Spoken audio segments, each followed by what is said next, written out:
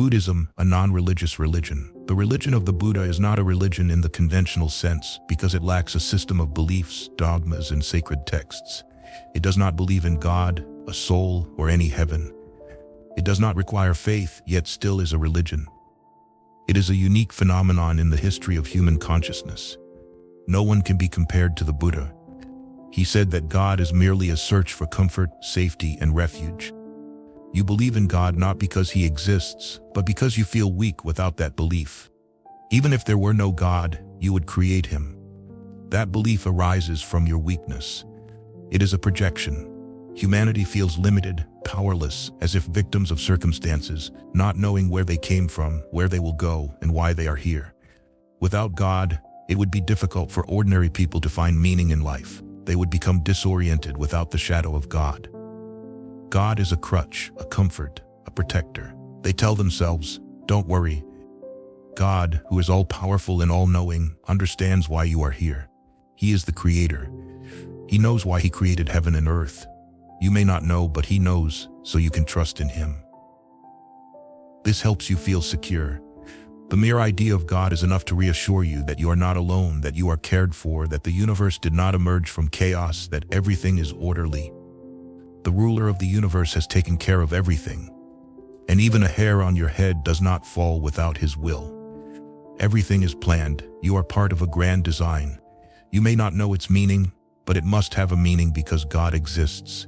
God helps you live happily. You can believe that life is not accidental, that there is a purpose, a goal. God helps you feel secure. But the Buddha said there is no God. That is evidence you don't know why you are here. It reflects your helplessness.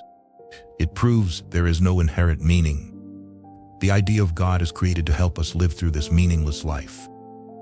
Imagine you are sitting on a plane and someone says, there is no pilot. Suddenly everyone panics. No pilot? Without a pilot, you are doomed. Then someone says, this plane doesn't need a pilot because it is remotely controlled. Otherwise, how could it fly? Because everything is running smoothly, there must be a pilot. We may not see the pilot, we may not be blessed to see, perhaps our eyes are closed, but there must be a pilot. Otherwise, how could it fly?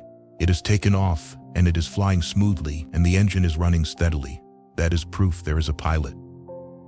If you are convinced like that, you will relax back in your seat. You close your eyes, let your mind wander into nothingness, and snore away. There is a pilot, so you don't have to worry anymore. The Buddha said there is no pilot. That is a human creation. Humanity created God in its own image. God is an invention, not a discovery. Therefore, God is not the truth, it is the greatest deception. That is why I say Buddhism is not a religion in the usual sense. Buddhism is a godless religion. Can you imagine that? When Western scholars first studied Buddhism, they were shocked that it is called a religion yet has no God. They only knew Judaism, Christianity, and Islam. These religions in many respects are very immature compared to Buddhism. Buddhism is a mature religion. Buddhism is a religion of transcendent souls. Buddhism is not a religion for children, and it does not encourage any childish desires. Buddhism is very unkind. Let me repeat, there is no one more compassionate than the Buddha, but his path is very unkind. In fact, that unkindness reveals his compassion. He does not allow you to cling to any lies. No matter how comforting they may be, lies are still lies. Those who deceive you are not your friends, but your enemies. Because nourished by falsehoods, your life is filled with falsehoods. You must live in the atmosphere of truth. No matter how difficult, how bitter it may be, you must accept it. Even if persecuted for the truth, it is worth it. The Buddha said that human religions are human creations. You are governed by external objective circumstances. You need to accept the truth at all costs without trying to cover it up, not trying to polish it, not distorting it to suit your preferences. If it causes turmoil, disorder in you, be ready to face all consequences. If your self-esteem is hurt, be ready to die from that wound. If destroyed by the truth, be ready to be destroyed.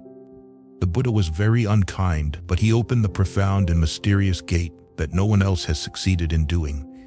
He did not allow any of your ambitions. He said, be more conscious, be more awake, be more courageous. Do not hide behind any beliefs, dogmas, or doctrines. Take responsibility for yourself. Light the inner candle to see the true nature of all things, and when you have the courage to accept the truth, you are truly blessed. That is the first teaching of the Buddha. He taught that all belief systems are toxic. All faiths are barriers. He was neither a theist nor an atheist because, as he said, some believe in God, others do not, but both have faith. He did not believe in God, but he rejected all views of atheists. He said that their denial of God is like mosquitoes biting the leg of an elephant. If not mature enough, you will seek another idol to replace God. For example, Karl Marx declared that there is no God, but his history is full of all the concepts of God. What is needed is God. God is the decisive factor, the force behind all phenomena. God decides what will happen and what will not. Marx abandoned the idea of God, but history became the decisive factor. History became destiny. History governs everything. What is history? Marx said that communism is a historical necessity, and history has determined that communism will triumph, and everything has been arranged by history. Then history became a super God. Some figure or factor must decide. Man cannot live with direct reality. Man cannot accept a chaotic, accidental reality. Man cannot live with reality without relying on some idea to give it meaning, to make it appropriate and continuous so that reason can understand, analyze, and cause and effect can be distinguished. Freud abandoned the idea of God, but the unconscious became God. All human activities are determined by the unconscious. Humans are mere puppets in the hands of the unconscious. Those are new labels of God.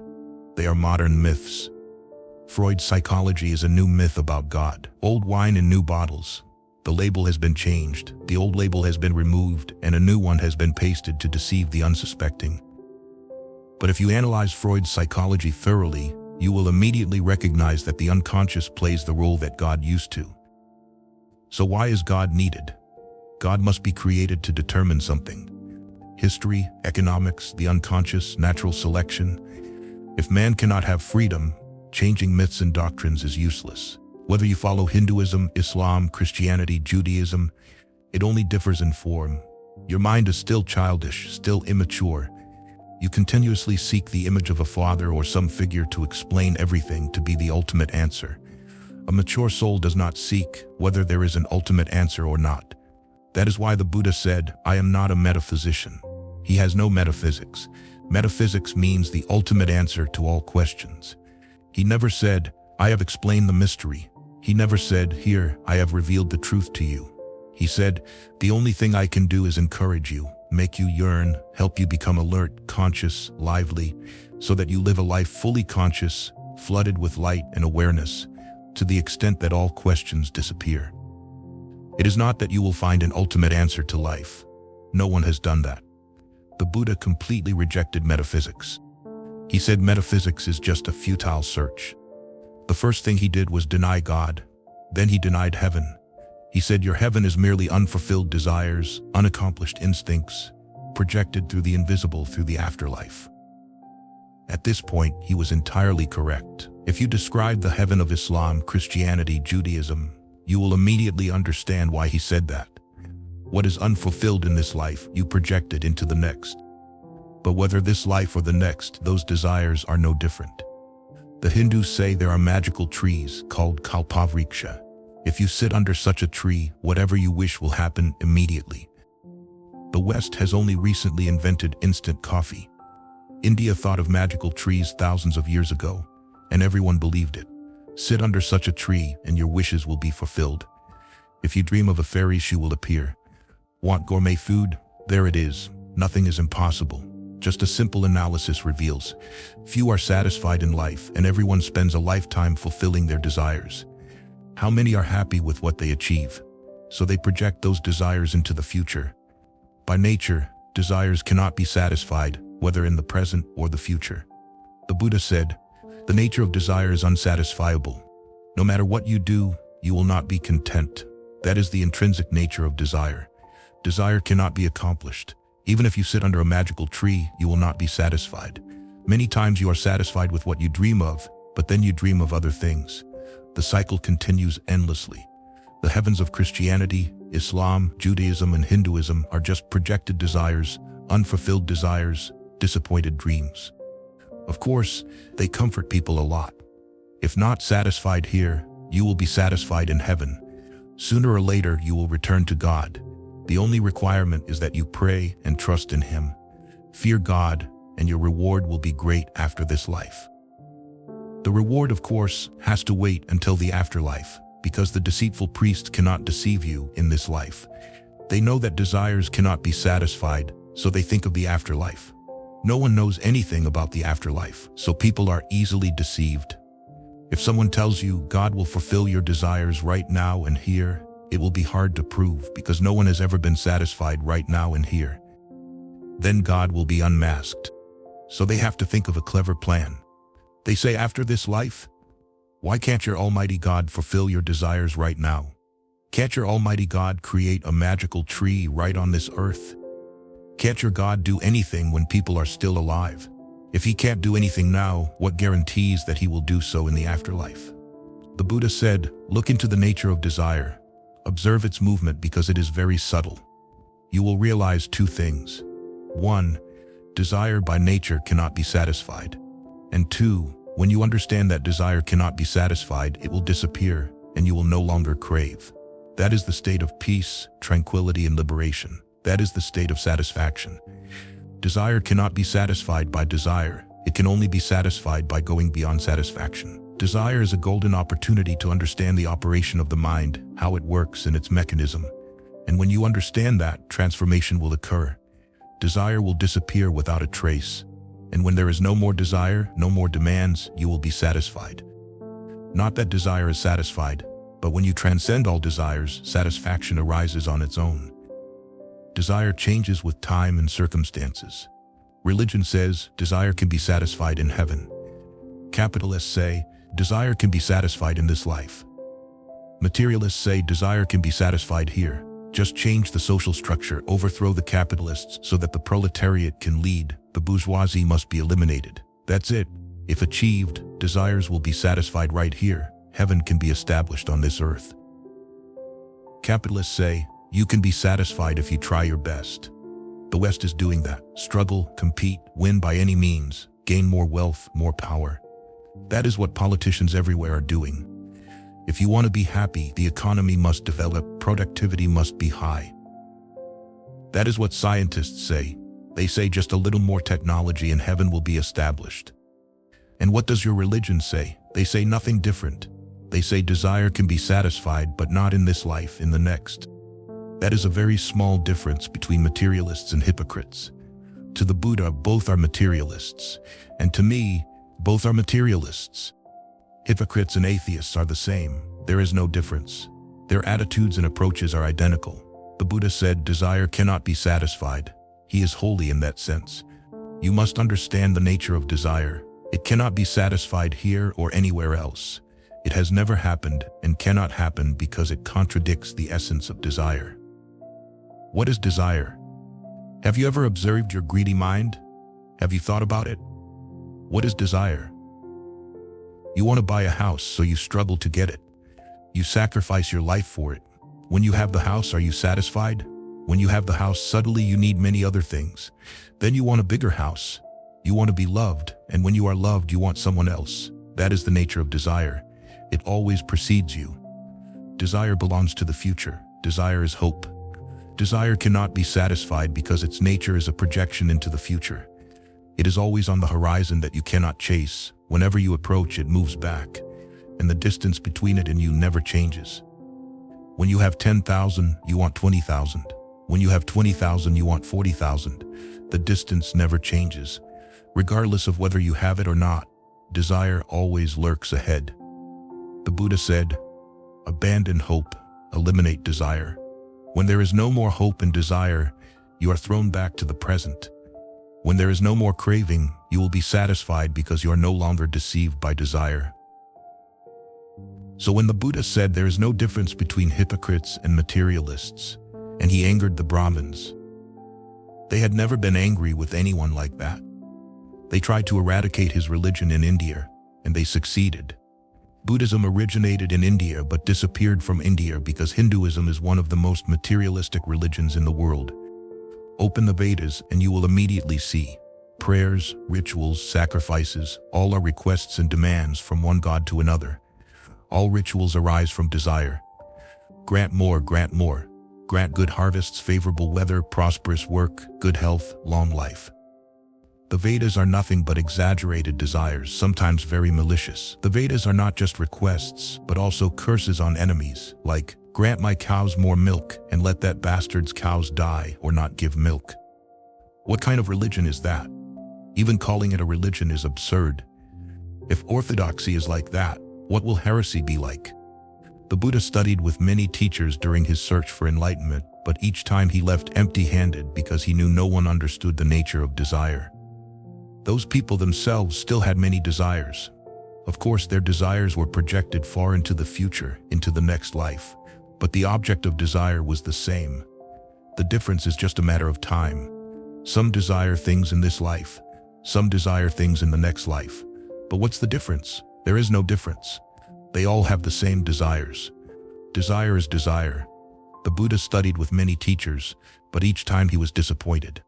He did not find a truly holy person, only hypocrites. They were people who tortured themselves. Some fasted for months, some stood for years, some never slept, and they became living skeletons. You would not say they were hypocrites or ordinary people. But if you look into their minds and ask, why fast? Why such effort? They would reply, to go to heaven, to ascend to paradise, to receive eternal rewards after death. That is desire. They all said the same. Everything is impermanent. This life is temporary. No matter what you get, eventually death takes everything away. So why struggle? This life will not last forever. So we want to find the eternal, the immortal. We want absolute satisfaction. Only fools seek wealth and honor in this life because eventually they end up empty-handed. No matter how much you do, you can't take it with you when you die. We want to find a treasure we can take with us that will not be lost, that even death cannot take away. Do you call these people holy? They seem even worse than ordinary people. They are more materialistic than materialists. Of course, they skillfully disguise their greed. Their greed seems transcendental, but very deceitful. It is like putting flowers on a pile of dung. Dung is dung. Flowers only deceive the ignorant. The Buddha was not deceived. He saw everything. He saw their greed. If there is still desire, you are worldly and materialistic. Therefore, he did not teach about heaven. He did not believe in any heaven. It is not that he did not believe in bliss, no. He believed in bliss, but that is not faith. When all heavens are lost, when all desires have disappeared, bliss explodes from your deepest core. It requires nothing, no virtues, no asceticism, no sacrifices. Just understanding is enough. And third, he did not believe in the soul, did not believe in God, did not believe in heaven. This seems difficult. We can accept that there is no God because no one has seen him. It is likely a projection. We can also accept that there is no heaven because it may be an unfulfilled wish, but no soul. Then there is no place to cling to. No soul. Then what is the purpose of human life? If there is no soul, if death is the end, then no matter how much effort you put in, it is futile. Why meditate? What is the use of praying? The Buddha said that the idea of self, of soul, has been misunderstood. You exist, but you do not have a self. You exist but are not separate from the universe. The separation is the basis of the concept of self. If I separate from you, I have a self. If you separate from me, you have a soul. The Buddha said, existence is one. There are no boundaries. No one is separate from anyone else. We live in an ocean of consciousness. We are one consciousness, but are deluded by the separation of the body, deceived by the boundaries of the mind. And because of the body and mind, and because of identification with the body and mind, we think we are separate. We think we are distinct selves. The ego arises accordingly. For example, looking at a map, you will see America, but on the ground, there is no America, only on the map of politicians. On the map, America and Africa are separate, but deep below, beneath the ocean, there is only one Earth. All continents are connected. They are one Earth. We are only separate on the surface. The deeper we go, the more the separation blurs. When we reach the core of our being, it suddenly becomes universal. There is no self, no soul. The Buddha had no belief in God, soul, or heaven. So what did he teach? He taught a way of life, not a belief. His method was very scientific, based on experience, practical. He was not a philosopher, not a metaphysician. He was a practical person. The Buddha said, "You can change your life without belief." Indeed, those beliefs are obstacles to change. The first step is to abandon belief, metaphysics, and doctrines. Start with zero, without philosophy, without ideology. Start with empty hands. That is the only way to reach the truth. I have heard that. A traveler opened a Bible placed by the Gideon Society in a hotel. On the first page was printed, "If you are sick, read Psalm 18. If your family is in discord, read Psalm 45. If you are lonely, read Psalm 92. He felt lonely, so he opened Psalm 92 and read. When he finished, he saw below it was written, "If you still feel lonely, call 888-1234 and ask for Nani." If you read your scriptures carefully, you will find the footnotes more attractive. Sometimes they are not very clear, but if you pay attention, you will find them. The footnotes are more appropriate. The Buddha said all your scriptures are just desires, instincts, greed, lust, anger. They are just creations of your mind, so they must bear the marks of the mind. Scriptures are human creations. Therefore, religions try to prove that their scriptures are not human creations. Christians say that God is the author of the Bible. The 10 Commandments were given directly by God to Moses. The New Testament is a direct message from the second person of the Trinity, the only Son of God. It is not a human creation. It was revealed by God. Hindus also say the Vedas are not human creations. And the story goes on. Muslims say the Quran was recited by God to Muhammad. Why do religions say their scriptures are divine, while those of other religions are not?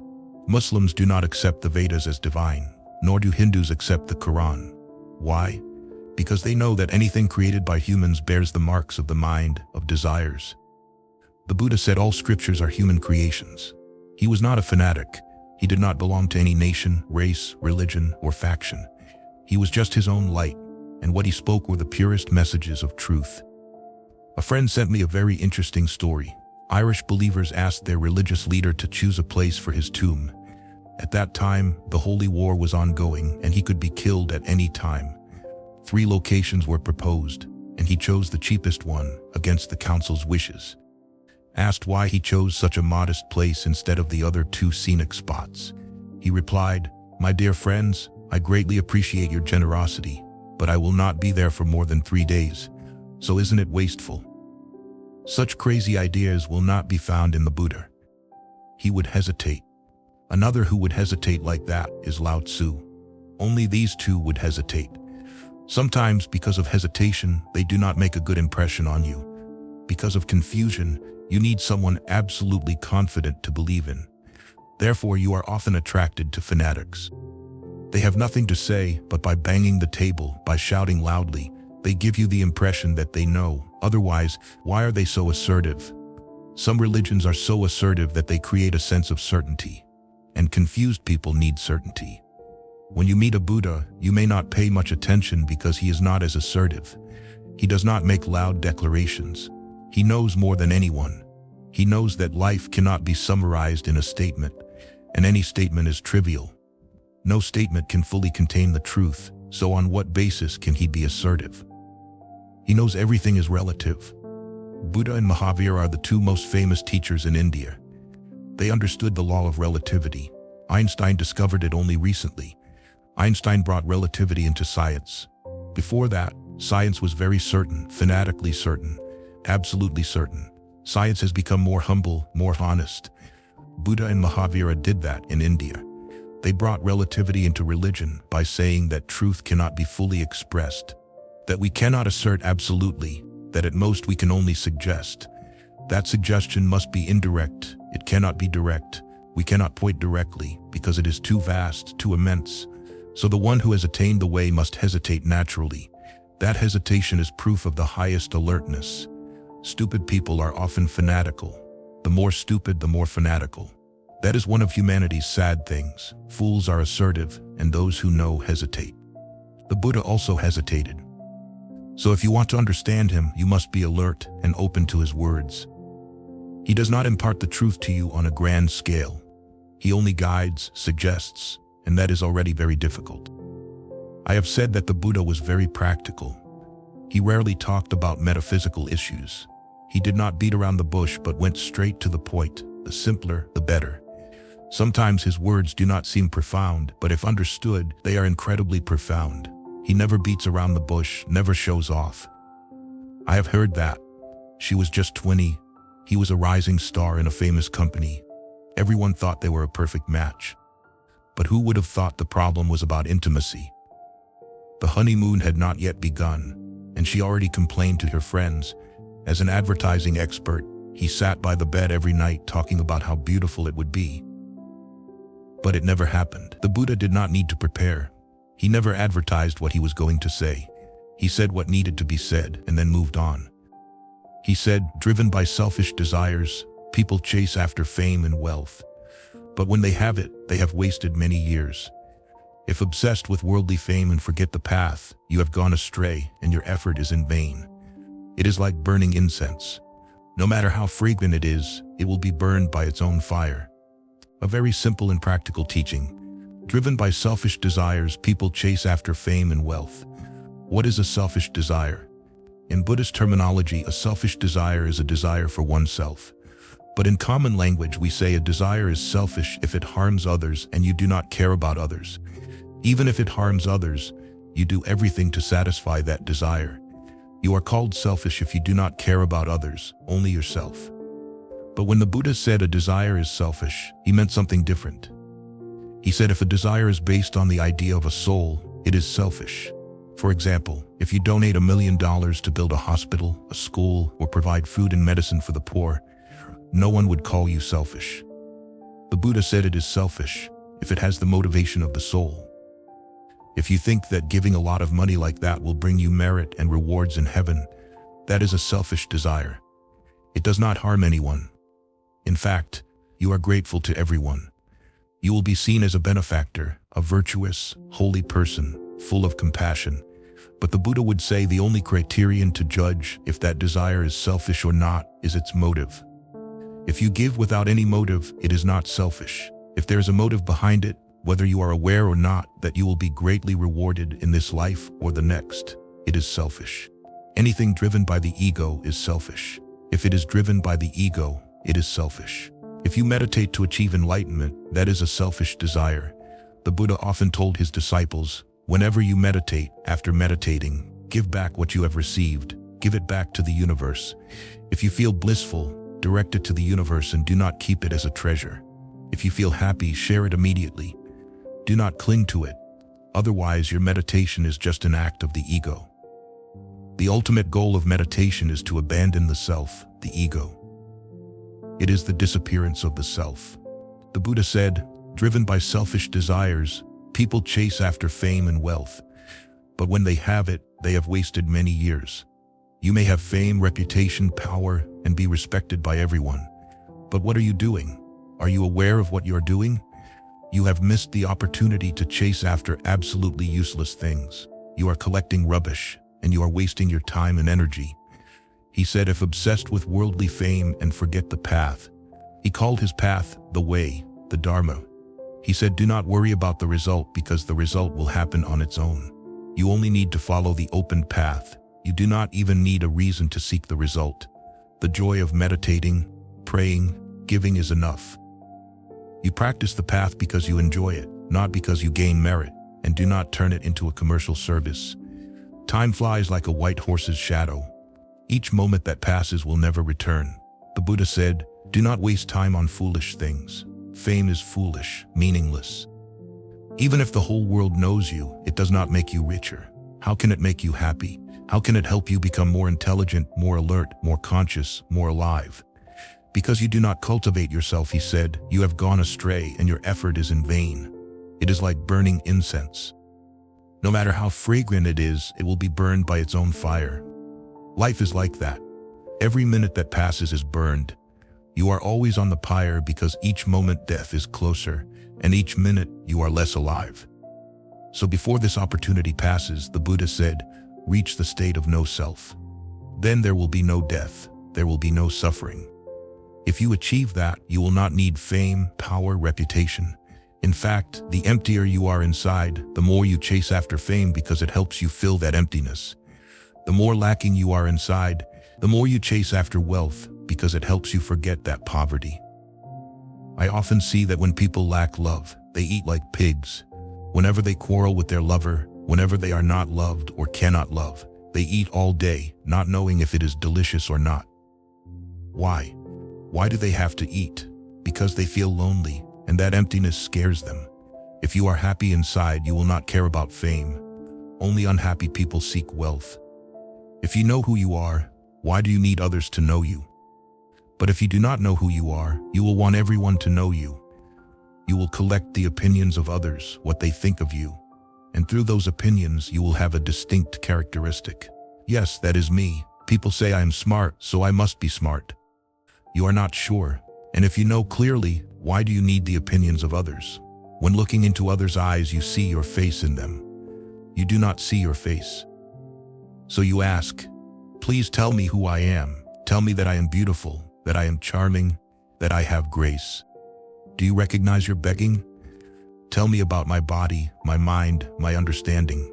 Please give me a few words. You will grab others' opinions. If the opinion is not good, you will get angry. That person tarnishes your beautiful image if they think poorly of you.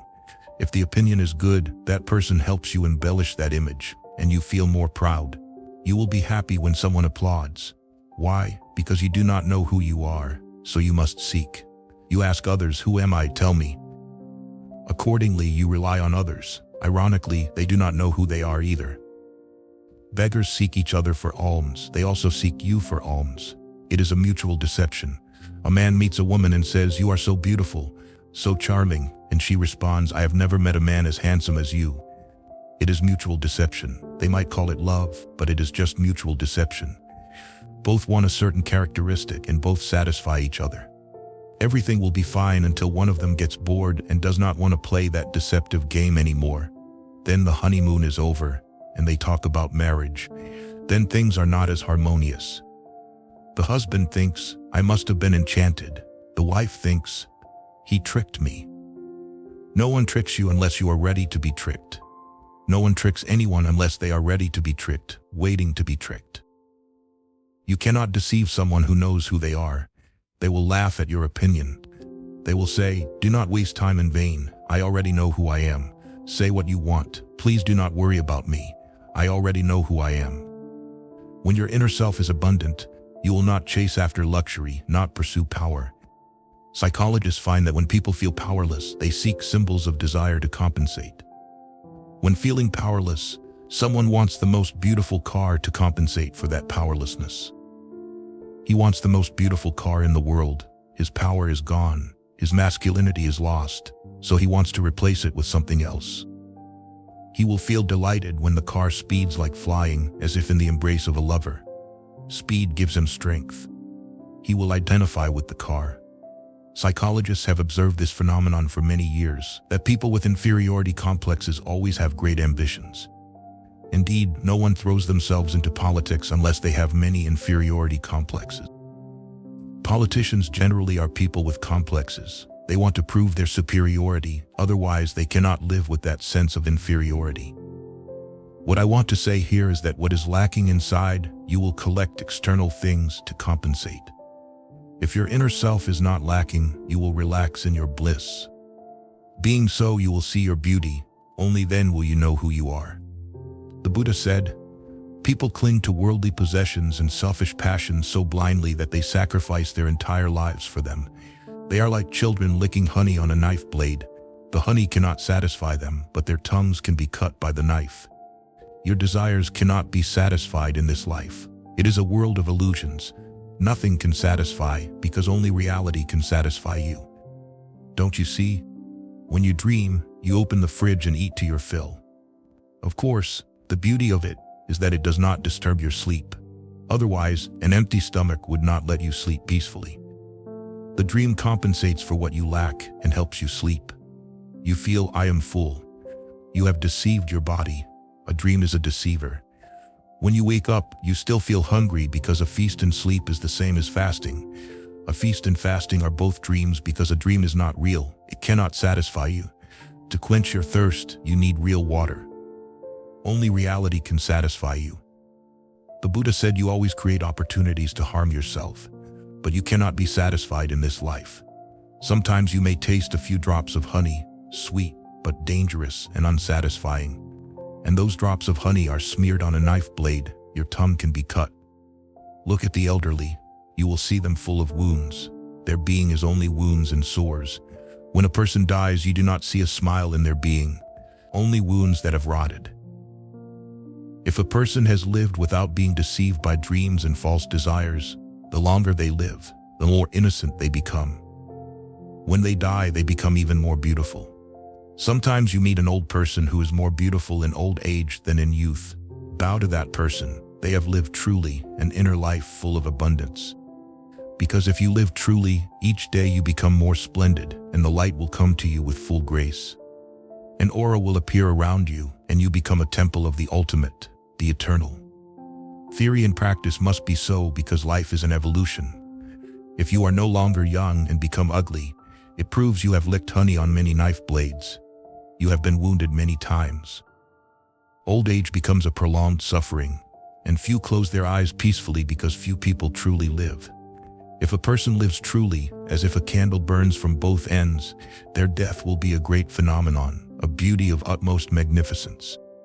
You will see their life shining brightest when they die. At the moment of death, they become an intense flame. All their essence concentrates in that moment. A source of light emanates from their being. Before departing forever, they leave a mark for life. That happened when the Buddha entered nirvana. It also happened with Mahavira when he left this life. We cannot forget them, not because they had power, they were nobody, but we cannot forget them. Speaking of history, they did nothing. Nearly we can remove them from history. We can erase their names from history without losing anything. Indeed, they did not exist for written history. They stood on the sidelines of history, but we cannot forget them. Their final moment left a brilliance for humanity. Their final glow showed us our infinite possibilities. The Buddha repeatedly told his disciples, "Ehi passiko, come and see." They were scientific-minded. Buddhism is the most scientifically compatible religion in the world. Therefore, Buddhism is increasingly embraced by many people. As humanity becomes more intelligent, the Buddha will become even more important. It must be so. As more people know about science, he will become more attractive to them because he suits scientific minds. He often said, "What I say can be practiced, and I do not say, believe like that, but I say, experiment with what I say, experience it rather than believe it. Besides, there is nothing to believe." Thank you for listening. If you found this video helpful, please share it with those who might benefit from it. Don't forget to leave your thoughts in the comment section below. Hit the like button, follow, and turn on the notification bell. This is how you can show your support for me. Once again, thank you very much, and see you in the next videos.